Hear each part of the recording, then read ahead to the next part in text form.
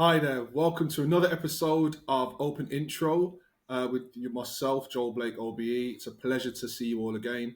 Um, Today, we really want to talk and dive into a lot of different things, and I'm just so eager to get going with this one because I know this is going to be a great conversation. But I'm really, really pleased and honoured to introduce the amazing Renée Elliott. How are you, Renée? I'm great. Thank you so much. So, for those of you who don't know me, I imagine there are many of you. I'm the founder of Planet Organic, and I'm also a business mentor and a personal coach. Ah, fantastic. And I know there's a lot of things, we talked about even in the kind of build up to this podcast that I think there was a lot of shared values and conversation. And I think your story is fascinating and we will dive into that very, very shortly. And obviously we want to learn a lot more about your business and, where is it now and where is it going to go? But like all of our podcast sessions, I really want to start with our kind of opening question, which is essentially, why do you do what you do? What is your why behind your business? Very good opener. I do what I do because I love what I do, and I know that I'm completely on purpose in the work that I do in Planet as a values-led retailer and as a coach and mentor supporting other people on this journey of not only business, but also awareness and understanding of self. That's brilliant. Well, look, let's start at the very beginning. Planet Organic has had an amazing journey. But where did it all start? How did this all come about? Oh my goodness. So I was born in Pascagoula, Mississippi. No, I won't start I'm not going to attempt to do the accent. I'd be terrible at it. I think It's the my only British accent. is bad enough. It's the only one I can do. I've obviously been asked this question before, and I've traced back kind of the beginnings of Planet, but I actually believe that I started forming on Planet Organic when I was 19, Wow. Okay. when I was at university, and a few things were happening for me. One was I was an English major because I didn't know what to do, but I was also doing a course in a minor in health. And I read a book called Diet for a Small Planet by Frances Moore Lappé, which was about what I learned and framed as the horrors of the meat industry in America. Mm. And having led a very small town girl, innocent childhood, I was really horrified to learn that the government wasn't looking after the animals, the land, the water in terms of the farming of beef. The farmers weren't stewarding the land in the way that I thought they would be, or the animals. The supermarket didn't seem to care, and nobody seemed to be looking after my best interests. It wasn't about my health as an individual, it was about an industry. And I Mm. was for me, felt like the end of innocence. It's like I woke up and thought, oh, the world isn't what I thought it was. Shock, horror. And I was so stunned that I became a vegetarian because organic meat wasn't an option then. And Mm. I could not, I really honored my body. I believed then and believe now that in this precious gift of life we have on earth, our body that carries us is our greatest gift. Yeah, I get it. So I wanted to honor that. So I stopped eating meat. But that then sparked for me also this idea of, if I can't trust the government or the farmers or the manufacturers, the supermarkets, A, I have to do my own research. B, I want better than that. If Mm. organic meat had been available, I would have gone to organic meat. And then Mm. it was a very thoughtful time. It's kind of that, as happens with many teenagers, that existential thinking, why am I here? What is life about? What's it all about, Alfie? I hear you. So, and I thought, actually, I want better everything. Mm. I would have preferred a different kind of education. I'd like better relationships than I see in the world around me in Hollywood movies and sitcoms. I'd like a different kind of spirituality. And I loosely framed this at that age when I was 19 in what I now teach as the 6 spheres of well-being. And those are physical, and that wrapped up for me food. It was nourishing, moving, resting. So it's 3. So it's physical, and then occupational, psychological, economic, social, and spiritual. And Okay. that now I teach in my transformational development course. But that was the beginning of Planet Organic for me, because I thought, nope, don't want this, want better. And I became a seeker at that time. And that led me on an alternative path. It didn't lead me down what most people were doing, or conventional or conservative thinking. Interesting. I think, straight away you've highlighted the importance of having a very clear grounding in something that shapes the rest of your life, and the authenticity in that which steers you Mhm. through those turbulent and challenging times, I would suggest. And even at the age of 19, it was very clear that that was a founding principle for all that you would do. Absolutely. Yeah, But nicely said. but how did that transfer then into, I guess, the opening of Planet Organic itself as a business? Because there's the purpose and the authentic principle of what you want to achieve. And maybe at that age, and tell me if I'm wrong, but at that age, you may not have had a very clear idea of what and where that would take you. Yeah. But certainly in terms of that journey into Planet Organic, and then the journey of being a business owner and entrepreneur in that sense, how did you manage that shift?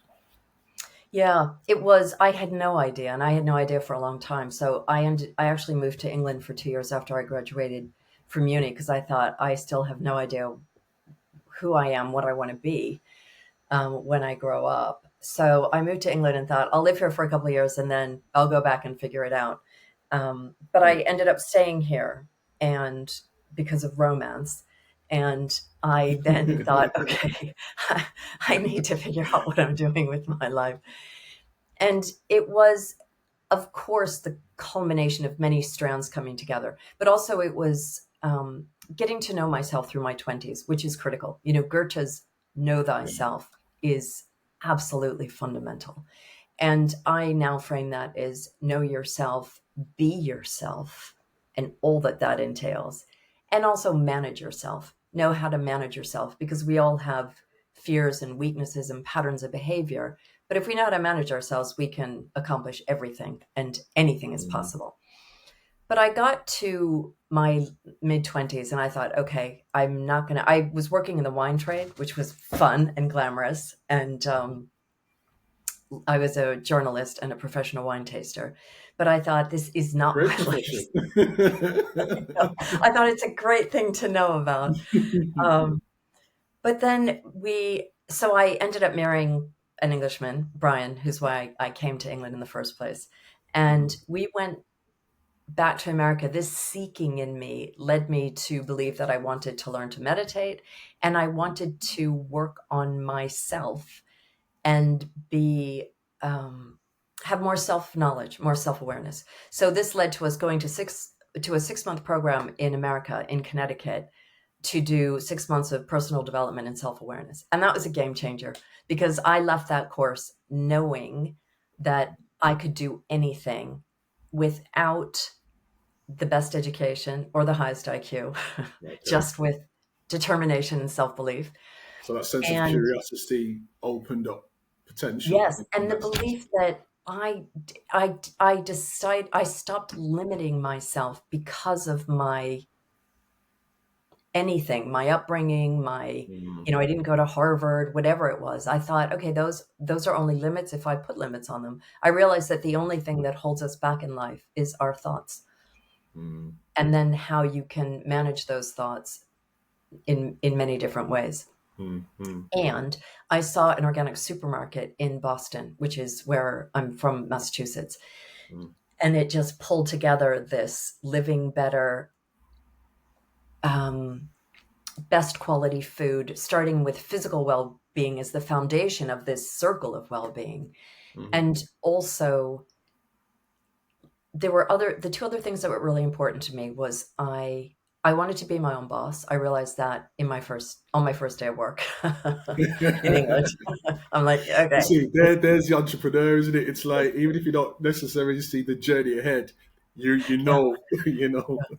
this isn't going to work for me. I want to be my own boss. I want to make a difference with my life, and that for me is a kind of it's a spiritual element to, Mm. I want to live my life fully and make a difference in the world, to people, planet, and use this, as I've said before, amazingly precious gift of life that we have to create positive change, no matter how small or big. So actually, just my interject there, because that's a really really interesting point. Because particularly as entrepreneurs and business owners, when people talk about the kind of spirituality of the journey and kind of the kind of arguably the softer side, if you like, of being a business owner, Yeah. or being an entrepreneur, which I believe there's a clear distinction between the two, but that's for another day, I suppose. But from a spiritual point of view, why do you think that is so important in that role as the founder of a business or a business owner? Why is that such a key? Because Well, often it's often just put under the carpet on the one side, because you have to be in the zone, you have to be. But why have you found that such an integral part of that journey? because for me, that was purpose. That was my purpose, to Mm, live a life that was worthwhile in terms of its contribution to the greater whole. okay. Yeah. And I'm not saying that's not a moral judgment. It doesn't, Mm, it's not a right or wrong thing. It's a very personal choice. But it gave my life purpose, and still gives my life purpose today, which is yeah. why I love my work. But you also asked a question about the beginning and how Mm, that informed Planet. So what was really interesting, which is like another level of this, or layer of this, is when I started Planet, as most entrepreneurs, I had no idea what I was doing. It was first time entrepreneurs. They're like, "Well, I don't know what to do," and I say, "Yeah, no one does." In mm, my coaching work, um, but I trusted myself.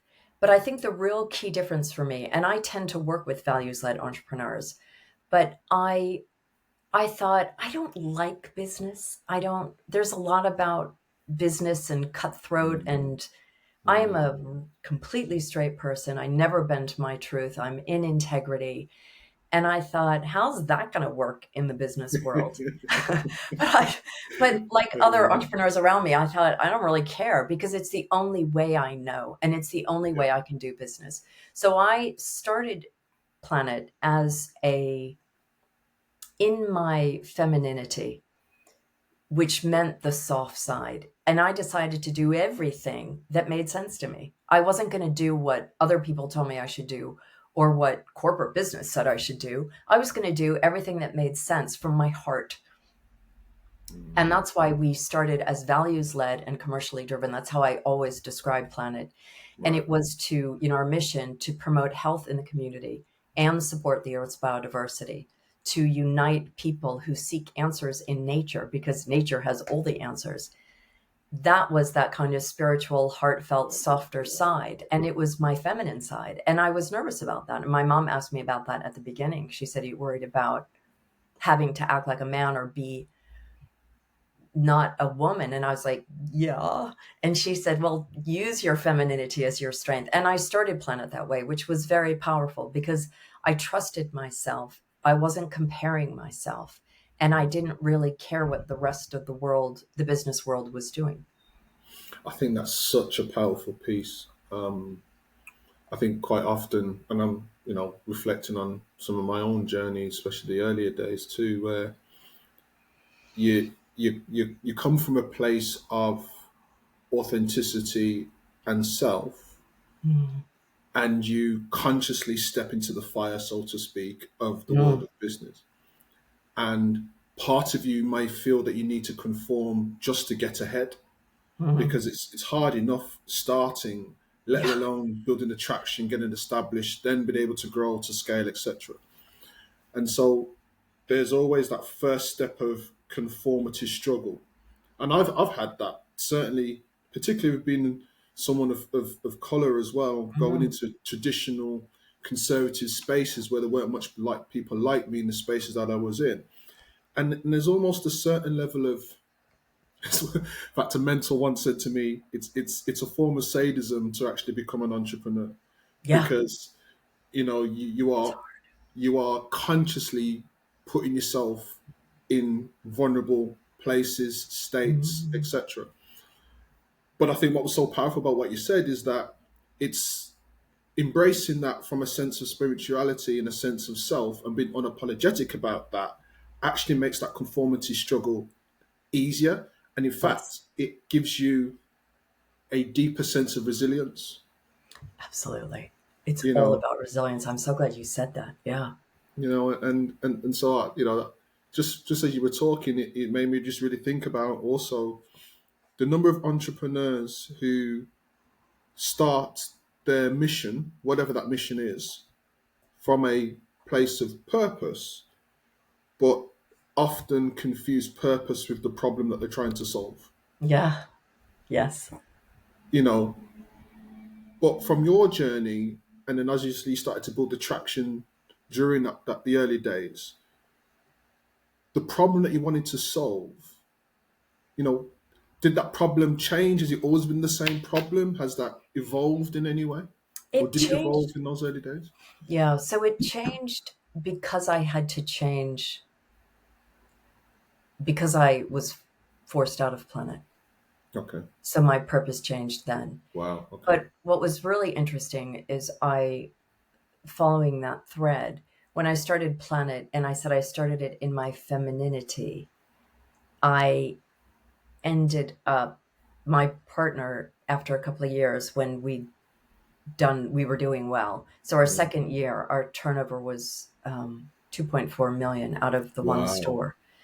And we doubled from 1.2 the first year, and he wanted the business for Amazing. himself. And the naive me still, I'm like, what? Wait, what? But it's my baby. Yeah.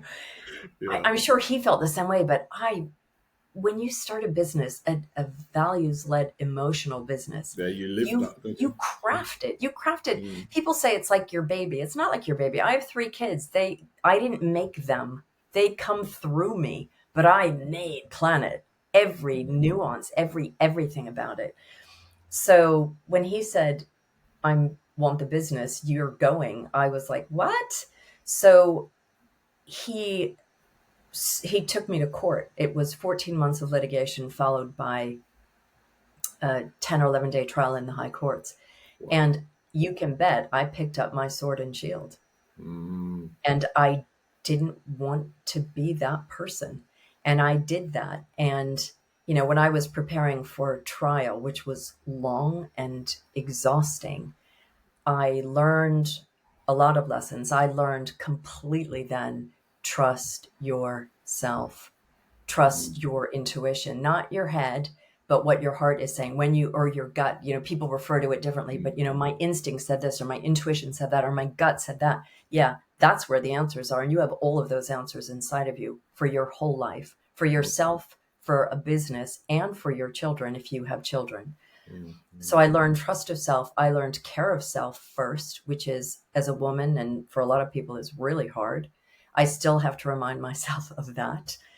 Take care of yourself. I learned to be conscious about who I want to be, particularly in the tough times, because it got ugly. And I thought, how am I going to play this? And my motto became grace and dignity at all times. Mm. And Mm. And I read, when I say sword and shield, I read the Bhagavad Gita, which is the Mm. story of Krishna and Arjuna discussing the righteous war. And I read Sun Tzu's Art of War. Mm. Um, Great and book. I studied. That was one of the first books I read when I started my first business as well, The Art of Oh, War. you're kidding. 100%. Like, yeah, that book. Mm. So, and I won at trial, but it was Fantastic. awful and it was devastating. And then I had Mm. to bring in other shareholders to buy out the exiting partner. And Mm. that started a 10-year battle that ended up with them pushing me out in 2009. Wow. Um, and I was pushed out largely in 2009. And then the company, they started to bust things up, and I had to exit largely and convince another shareholder to exit for them to bring a VC and to break up. They were now Break fighting up with there, each yeah. other. Yeah, yeah. And then they tried to push me out finally. And I went to save Planet. I gave up. I didn't fight then to save planet. And then my purpose changed because I thought, okay, what the hell do I do now? I'm completely out of Planet Organic. And the work moved to the self-awareness, personal discovery, which had been a theme from the beginning. Planet was always the Yeah. two for me. Yeah. So, but then I really went into that and started coaching entrepreneurs, primarily women, but everyone and anyone, on strategy and self. So the business planning, but weaving through self-awareness and personal development so that you can tackle those demons that are lurking and those fears and insecurities. And I have imposter syndrome. It's like, okay, we'll get rid of that. and develop habits and tools so that you can manage yourself. When I said know yourself, be yourself, having a business is being yourself. It's the expression of that in the world, but then manage yourself when you struggle. So that then became my purpose. And then that evolved also into real personal coaching because I love the transformational development. And I have a course called Be Yourself where I teach Amazing. that. At that point where you had to make that, I guess, that formal break from the business. What was the size of the business at that time? In 2009, when we were pushed out the first time, we had 5 stores. I cannot remember the turnover. This We one. had 5 stores, and they brought in a CEO. And then when the VC came in that was like 2019 when I was Mm, pushed out completely. fine, yeah. And then they brought in a CEO a couple of years later who was going to expand Planet massively. Mm, He put it into administration a year later. wow. And Wow. I bought it back 2 years ago. My husband and I, with a friend, with another shareholder. And and so I'm really doing the two things, completely, strategy and self. Mm, um, and we've taken Planet to break even and we'll be profitable. We're making profit month by month, but we'll be profitable as a business next year. So it's been a roller coaster journey. And yeah. now when it went into administration, there were 14 stores. That's the most they ever got to. Okay. We have 8 now, for lots of different Yeah, of reasons, course. and we're turning over around 31 million. So it's not massive, but my mom and dad would be proud. The reason why, and thank you for being open with that, because I know that must have been a painful journey, even just kind of reliving it. But I wanted to ask because you started by saying this was your baby, of every nuance of it. So to see it grow to the point that it was, then having to step away, not because you wanted to, but such as was, to be at 14 stores, that's a level of maturity that Yeah. most business owners will be really, really happy with. So then Mhm. to have to step away was, can imagine, heart wrenching. But then the euphoria of being able to come back on that journey and reconnect with your baby again in a new way with greater wisdom, greater maturity Mm. of the journey, not for you personally, but as the journey overall, and how that then probably shaped you as well. I Absolutely. think it's something that is highly commendable, and yourself, husband, and shareholders should be really, really proud of making that decision, because sometimes when your business has been lost, you lose a part of you, Yes. and you have to almost recreate that through other Mm. ventures or other means, whether it's going back into employment or what have you. Yeah. So to be able to bring that back, how did it feel, I guess, Oh, reconnecting back with the business at that point? it's a business fairy tale. And the funny thing is, when I got the call from the CEO, the other thing I like to say at some point in this kind of conversation as well is this is my story. This is my version of what happened. And I'm sure that if the other people were telling their story, it would be different. Mm. And I bear no ill will. I've Mm. healed from everything that's happened before we bought it back. Mhm. So it's not a story of angst for me, but it's a story of resilience Yeah. and right over might, I think, is really important for me.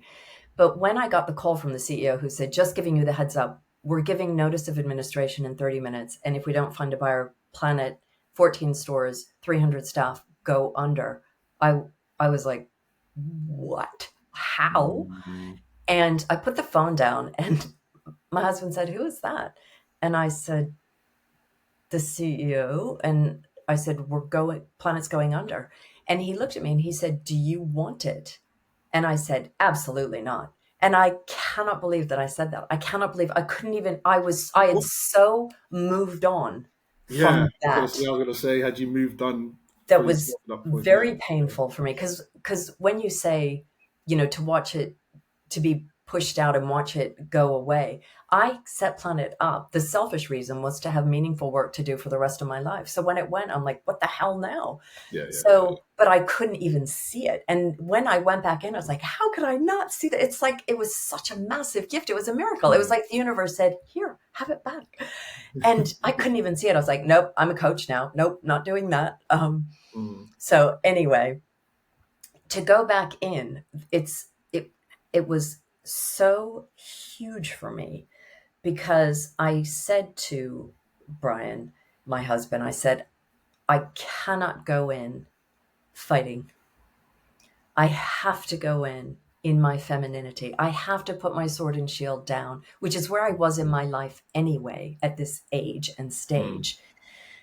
And I said, I have to go in without stress, trusting the flow, loving the business, feeling that creativity, that femininity, and doing business, doing good business, which is what I had always done. And the business had moved away from that. They'd moved Okay. away from organic. They weren't treating the team the way I had. It Just a was different not business. Yeah. great. Yeah. Mm. So that was the miracle, was for me to go back in my softness, in resting in my grace and authority, not trying to prove myself, not trying to fight, not having to fight with anyone. And I've done it. And that is what I see as my success. And I feel heroic about I think again, such a powerful point there, Renee, because what I'm hearing is the I guess the societal view of femininity is that it's a soft thing. that. But what you've absolutely highlighted is the strength and the power in femininity. Mm. And I would say even arguably that it's not a female thing. I think it's about, even as men, Yeah. to be able to Vulnerability. be willing to embrace the vulnerability. I I Very nicely said. Yeah. I remember a time when in a former life I was the lead for diversity in golf in the UK, Ah, and I was 30 years old, and 6 foot tall black guy from Birmingham traveling to private golf clubs across the country, telling them how they could recruit women, people of wow. color, people with disabilities into the sport, which was not the easiest thing in the world. Wow. And every level of discrimination you could think of happened, and then some. And resilience is definitely the key word there. But I remember one particular incident where I went to a particular golf club, and I won't mention it out of respect for the club, but it was a very wealthy UK golf club. 200 members, probably another 200 members on the waiting list, well-oiled machine, every car you can think of in the driveway, proper gits and glamour. And in that time of my life, I was going through, I guess, I would say identity crisis, but I was kind of almost questioning, I'm really alone in this type of space. There's no one else I could really work with, but I'd already built that resilience of going into these types of spaces alone. So I knew I could cope, but I still felt a way about it, if that makes sense. And my name is Joel Lloyd Graham Blake. and the Graham Blake was double barreled at the time. There's a whole different story around that, but basically, it was a way of me Can't do feeling that to accepted. me. Yeah. Oh, And yeah. so, cut a long story short, I was due to go to this golf club to deliver this training and to do some strategy work with the golf board. And my name is double barreled. So I've turned up and they're thinking I'm not Joel Graham Blake. Oh, gosh. So, and this is the receptionist. Eventually proved who I was, Oh, um, my God. taken to the club room where the training was being developed. And walking into this room, you can imagine the scene: old panelled walls, you know, on the wall, every picture of every club captain since 18, whenever. Um, so I'm in there making myself a coffee, set up the laptop, and then one by one, the people are coming into the room. And every time someone's coming in, it was like, Yeah. Where's John? so club captain, vice captain, etc., etc., etc. At the end of it, there's about 14 people in the room, blazers, ties, one lady in the room. It was a real, I'd say, an intimidating environment. And I remember thinking, right, I've got to spend the next 2 hours dealing with this room. Started the process, and then something clicked in my mind. I knew I was coming into a situation, and I felt vulnerable, but I Mm, also knew that I had value that I was bringing to that room, not just from the diversity and inclusion piece, but because I genuinely cared about seeing inclusiveness in action. Not yes. from the moral activist standpoint, but for me, because I've always grown up around different people and I've been exposed to different environments, it's a natural thing for me to want to see inclusion. Be who Mm, you are, but in a state where everybody else can also be themselves. And that's what I'm about. So I tapped into that to support the vulnerability. And what I realized in the moment is that the half a step forward that I needed to take to move forward in that environment, it was more nerve wracking than going to a comfort place 10 steps back of being mm, this diversity activist where I originally started that journey. wow. But I also recognized that in that half a step forward, I had 10 steps worth of experience that I could put into that moment. And when I thought about that in that vulnerable state, when I'm standing there about to start, I realized that this is about finding out what's important to them. This isn't about me trying to prove that this is the right thing to do. What is it that's important to them, and how can I meet them where they are? Yes. And that's when I realized that vulnerability is a strength, because it made me realize that if you put yourself in the shoes, even of the oppressor, quote unquote, there's learning for everyone. Mm, And what I realized was by talking about money, which in that circumstance was the hook, was the common denominator, was the thing that binded us all together. When I started talking about diversity and inclusion in terms of money and tapping into different types of groups in their local area, when I gave some demographic data of the opportunities in their area, etc., and the penny began to drop, you started to see the ice thaw. yes. And by the end of the kind of 2.5 hour session, as it ended up being, I found out that a couple of people had holiday homes in the Caribbean. Somebody wanted my grandmother's kind of chicken and jerk chicken recipe. Someone went to the Bob Marley concert in the 70s and it changed their life. And it made me realize something really Wow. fascinating about vulnerability, which is that vulnerability can cause you to take actions that actually mask the real importance of feeling vulnerable, because feeling vulnerable is really about connecting with the naked self and connecting with that in others. Because if you can use that strength, it gives other people the opportunity to feel that they could be a strength. And that golf incident also made me realize that everybody has their own story and journey, Yes. and everyone in that room, their family play golf, their social circle is golf, their grandfathers, grandmothers play golf, so they wouldn't know anything different. Yeah. Yeah. So I'm the person who needed to come in there with a sense of understanding of them in order for them to have an understanding of me, for us to have an understanding of each other. Yes. And that's the power of vulnerability for me now when I look back at that way I've looked at vulnerability since that incident. Because, here we are 15 years, 16 years later. I love feeling vulnerable because I understand what it truly means to be your authentic self in those naked moments. Mm. And so I can only imagine that there was a sense of vulnerability degree with you going back into Planet Organic and feeling that you don't necessarily want to be the sword and shield Renee, you wanted to be the feminine Renee. But I also think for men, the femininity, we often think it's a female thing, and I No, think the you're absolutely femininity, right. it's a human thing. It's And vulnerability. You're right. but it's how you articulate and harness that for yourself.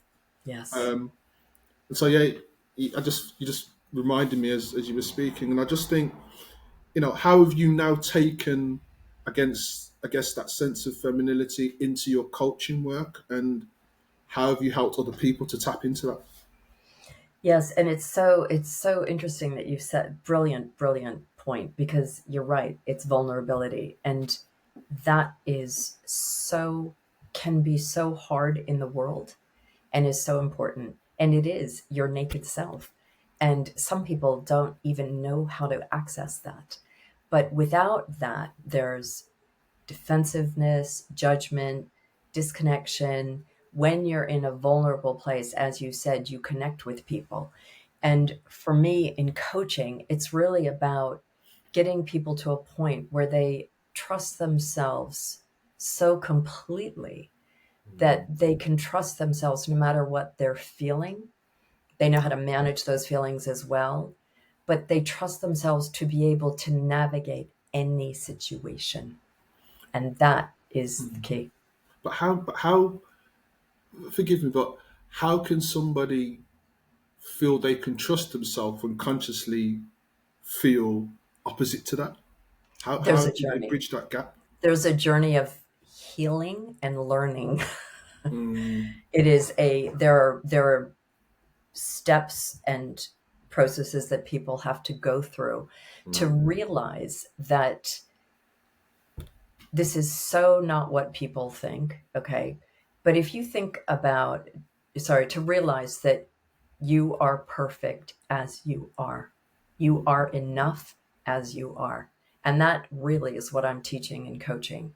And you can apply that in any situation. Obviously, in work, that's incredibly powerful.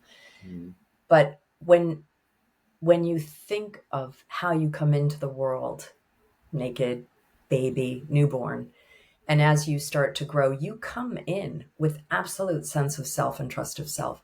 You don't start rolling around on the floor thinking, I'm never going to be able to walk. He's walking so much better than I'll ever walk. How am I ever going very to do true. that? You don't. You know.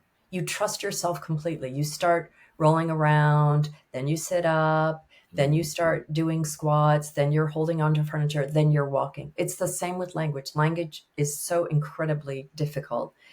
You don't sit there and think, oh my God, how am I ever going to speak English or French or wherever you're from? You listen, you mimic, you speak. It's a miracle. But then you start to grow up, and things happen, life happens, and you start to have doubts about that perfect self that you came into the world with being enough. And you start to put another layer of who you're afraid you are around that, and then another layer of who you want to pretend you are, or who you want the world to think you are. So it's a mm, mm, process of dismantling those layers and going back to the self that came into the world as part of the mm, universe, which is perfect and magical and astounding, and knowing that and recognizing that and carrying that truth within you, which is, of course, a completely different way to live. And that means no comparison, no judgment, no assumptions. There's a whole slew of other qualities that come into play with that. And I really think that it's very hard to get there without some practice of stillness, because it's only in the stillness that the self knowledge and understanding comes up, and the the space to kind of look at these things. We're rushing around so much. And I'm a real advocate of balance, keep the balance, Absolutely. take time for yourself. So there are lots of steps and tricks and processes and tools on this journey to reach a point where you know yourself, you are yourself, you can manage yourself, you trust yourself to have the answers, navigate through whatever life throws at you, and do that with grace and calm. And believe me, I was not like this 20 years ago. So it's not like I came into the world Zen.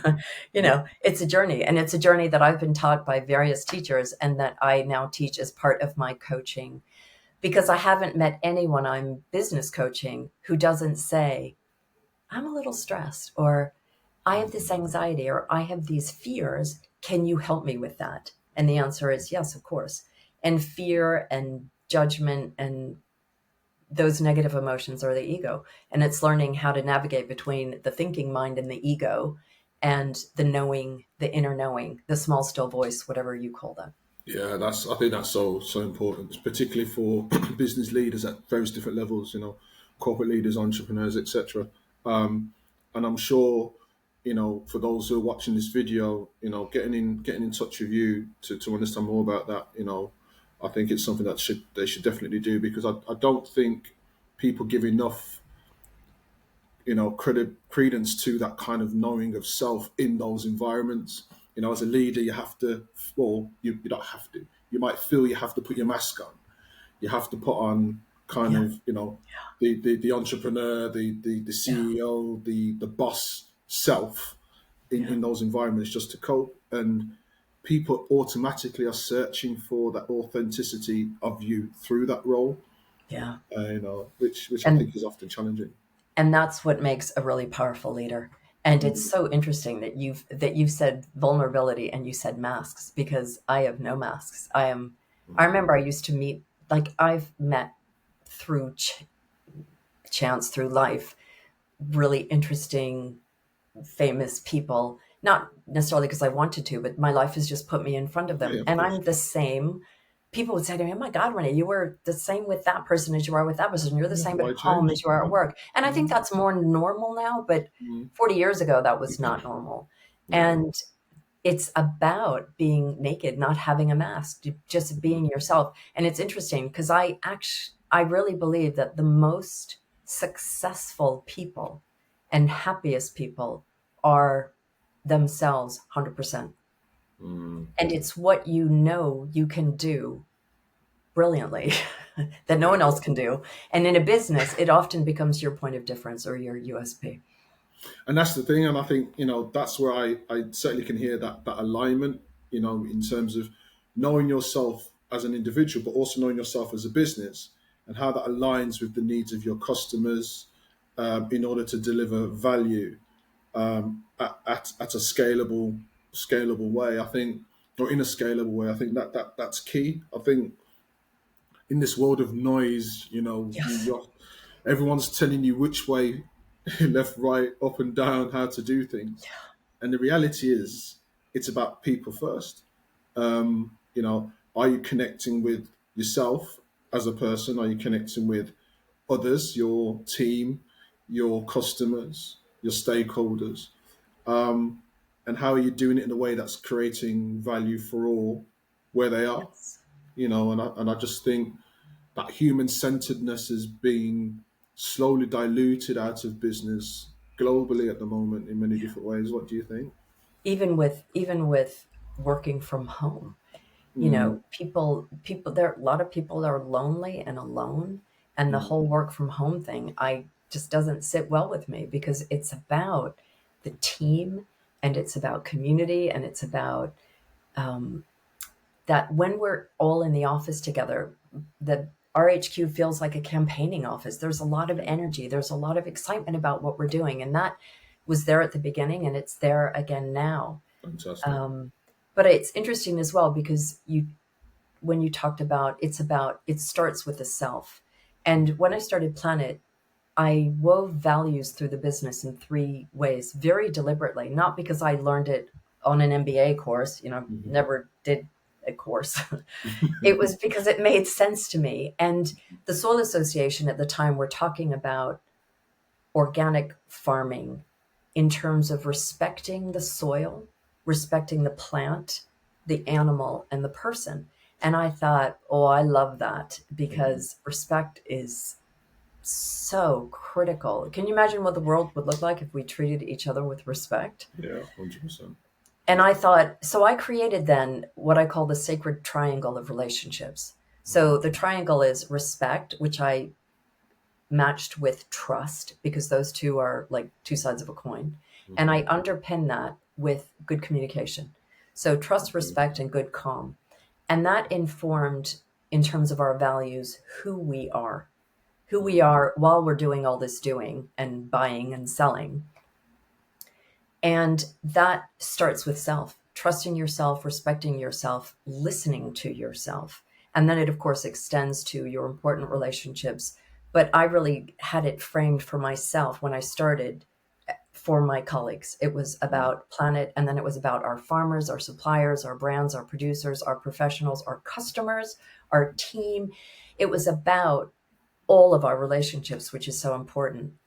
And then I realized, I didn't realize till later that it starts in your relationship with yourself. And that's taking care of self first. I know I did it kind of backwards, but those values were so important. And it was values in terms of our core values was the first element, which informed our product standard, which is still, I believe, the highest in the country, what we will sell and what we won't sell.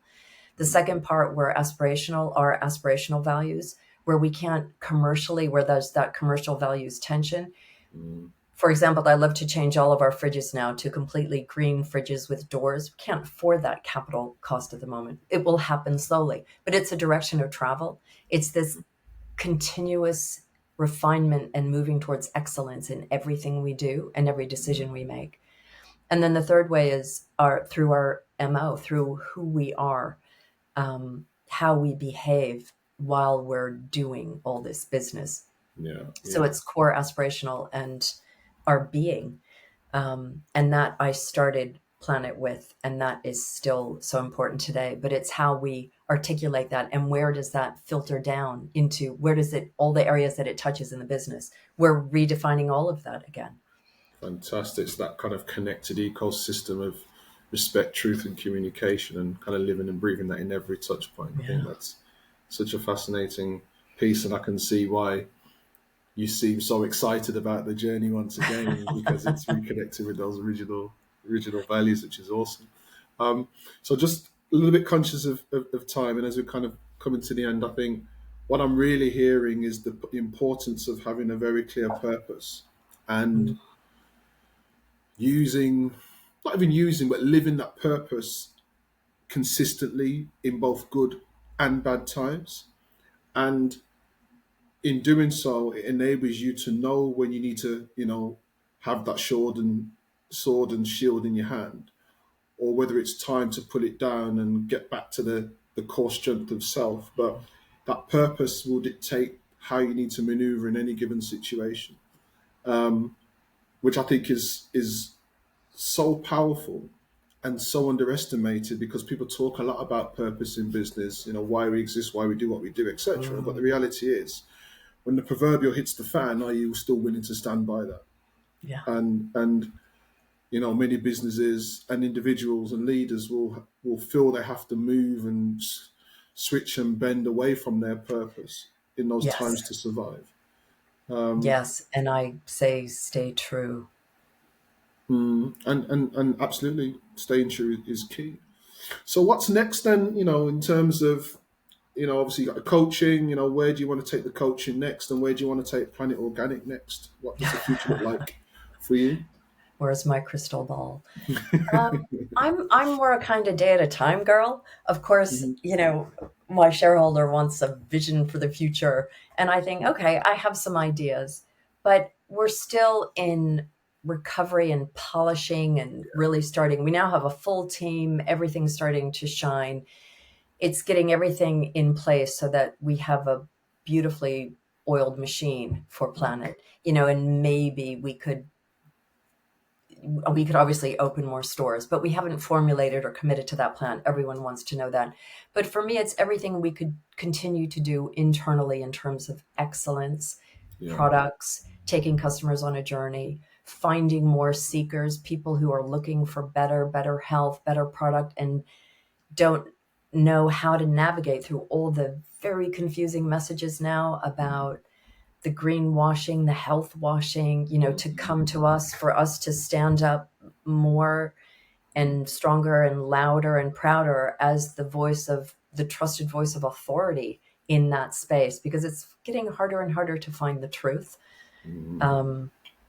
It's being a force for that change in England more and more. And then coaching for me I love coaching. For me, it's like, well, retail is great, but it's like house on fire. It's always like, "Blah," there's something crazy going on. Coaching for me is like eating candy, of course, which I don't do, but it's just absolute joy. Whether it's personal or professional, I work with partners in business. I work with couples in personal development. I work with senior leadership teams in terms of team building and transformational development. I love public speaking because it's an interesting message to be talking about self within business, self and strategy, and getting that message out so that people think differently, or think, I've thought about that. I wondered if I could do that. Is anyone doing that? And just giving them that assurance and that self-belief to follow that dream and inspire people on their journey. That's really important to me as well. I also am going to start writing the Planet story this fall. Excellent. Oh, that sounds exciting. We'll look out for that. Yeah. It strikes me that there's so much positivity radiating, both for you as a person, the business, and all who you support. So I think there's so much more to come from you, and certainly we'll be looking forward to trying to help you support that journey through what we do here at Open Intro. I guess as a closing thought, I wonder if you maybe would like to maybe just share, as I say, a closing thought, a comment, something that I guess you'd want to share with the audience. Yes, I've talked about this through this conversation, but it is so important. If you can get to a point where you trust yourself and trust in the unfolding of your life and can surrender to that, knowing that you're always going to be okay, that is a place of absolute relief,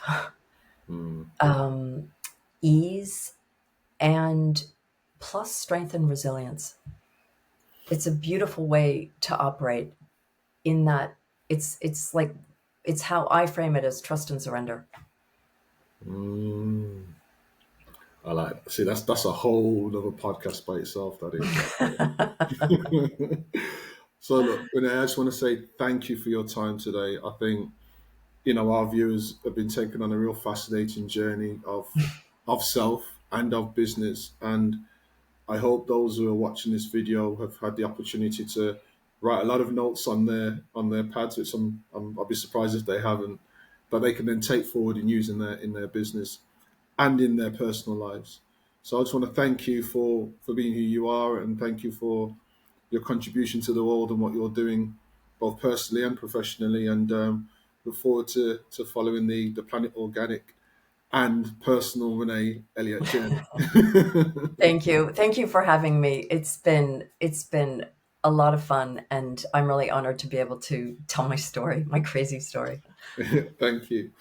So thank you for those who have watched this video today, and please go to openintro.com, check out Renee's profile, have a look at what she does, and get in touch. I'm sure your time spent with her would be amazing. So I'll see you soon. Thank you again.